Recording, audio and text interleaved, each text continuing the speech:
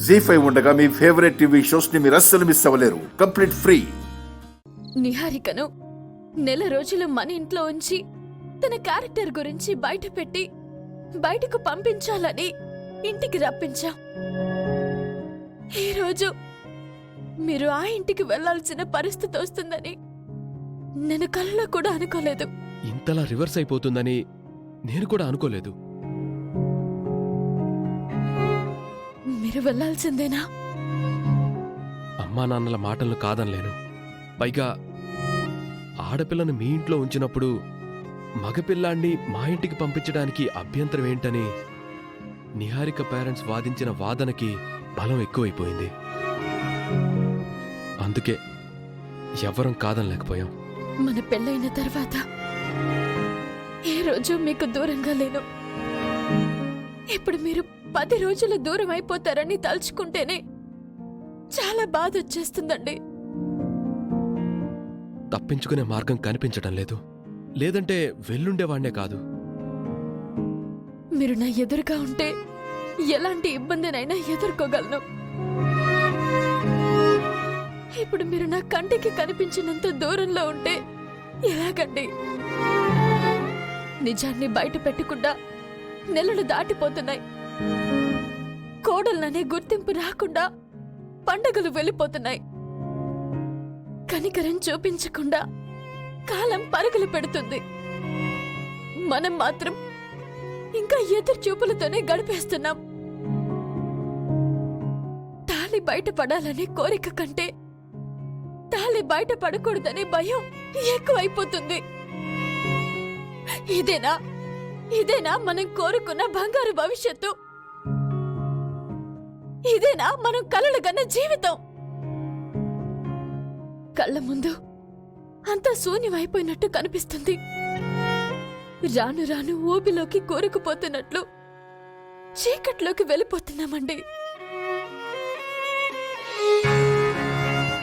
తప్పదు కాబట్టి మీరు 10 రోజులు వెళ్ళిపోతున్నారు. మీరు వచ్చేలోగా నాకేదైనా జరిగితే, నాకేదైనా ఇబ్బంది కలిగితే నా పరిస్థితి ఏంటి? ఎవరికి చెప్పుకోవాలి? ఎవరితో మొరపెట్టుకోవాలి?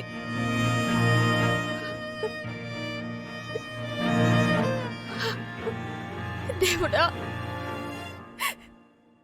ఎందుకు నాకింత పెద్ద శిక్ష విధించావు?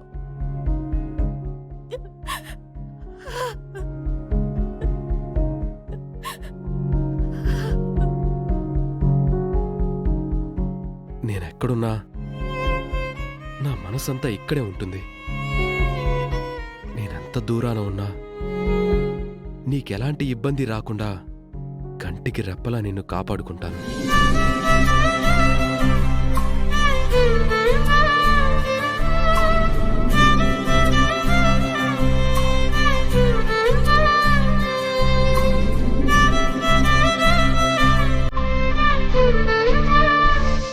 మా ఇద్దరు లగేజ్ ఇందులో పెట్టేశాను అత్తయ్య గారు.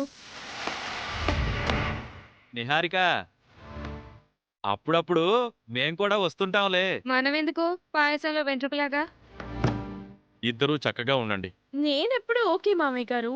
శ్రీకర్ గారే కాస్త మూడీగా ఉంటారు. అక్కడ మీకు బోలెడంత ప్రైవసీ దొరుకుతుంది కదా నిహారిక, మూడిగా ఉండండిలే. మీ ఇద్దరి ఏకాంతాన్ని భంగం చేసే వాళ్ళు కూడా అక్కడ ఉండరు. ముహూర్తం వచ్చేసింది, బయలుదేరండి. శ్రీ, నిహారికతో సరదాగా ఉండు, సరేనా? నా మనసును బట్టి నా ప్రవర్తన ఉంటుందమ్మా.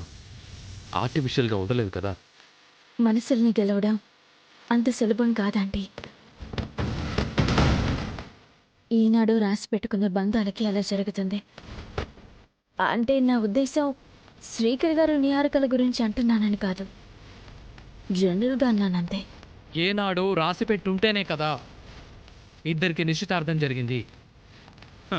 మరే అవని మరీ మెచ్యూరిటీ లేకుండా మాట్లాడుతుంది.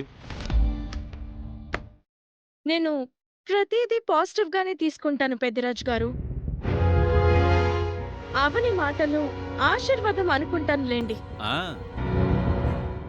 ఏదేమైనా దేవాలయం లాంటి ఇంటిని వదిలి వెళ్ళాలంటే బాధగా ఉంది, కానీ తప్పడం లేదు. ఎందుకంటే అక్కడ పూజలున్నాయి కదా. పూజలంటే నువ్వు పడి చచ్చిపోతావు కదా. తప్పదులే నిహారిక. ముహూర్తం దాటిపోగలదు, బయలుదేరండి. నేను అనుకున్నవన్నీ జరగాలని నన్ను ఆశీర్వదించండి.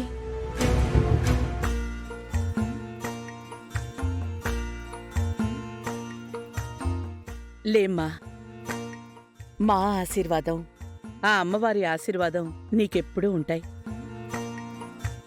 నీ గురించి తెలియక నిన్ను ఆశీర్వదిస్తున్నారు. అమ్మవారి ఆశీర్వాదం ఉంటుందని అంటున్నారు. తెలిసిన రోజునుంటుందిలే నీ సంగతి. ఇక బయలుదేరదామా? కారు వరకు వస్తాం, పదండి. ఉమ్.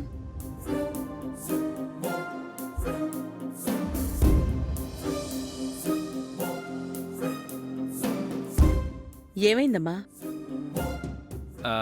అవనికి ఏమైనా చెప్పడం మర్చిపోయావా? అత్తయ్య గారు, నాతో చిన్న కోరిక. చెప్పమ్మా. నేను అడగగానే శ్రీకర్ గారిని నాతో మా ఇంటికి మొదటిసారి పంపిస్తున్నారు. అక్కడంతా మంచి జరగాలి అంటే అవన్నీ మాకు ఎదురొస్తే బాగుంటుంది.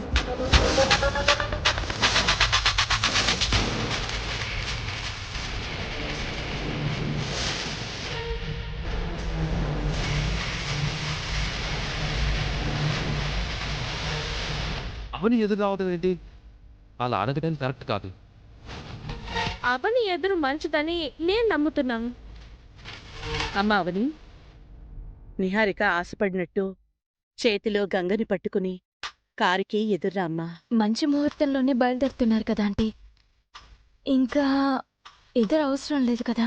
ముహూర్తం వేరు, నీలాంటి మంచి మనసున్న అమ్మాయి ఎదురు రావడం వేరు. రెండు బలాలు కాబోయే జంటకు మరింత మంచిని కలుగజేస్తాయి. జీ5 యాప్ డౌన్లోడ్ చేసి అన్ని ఎపిసోడ్స్ పూర్తి ఉచితంగా చూడండి.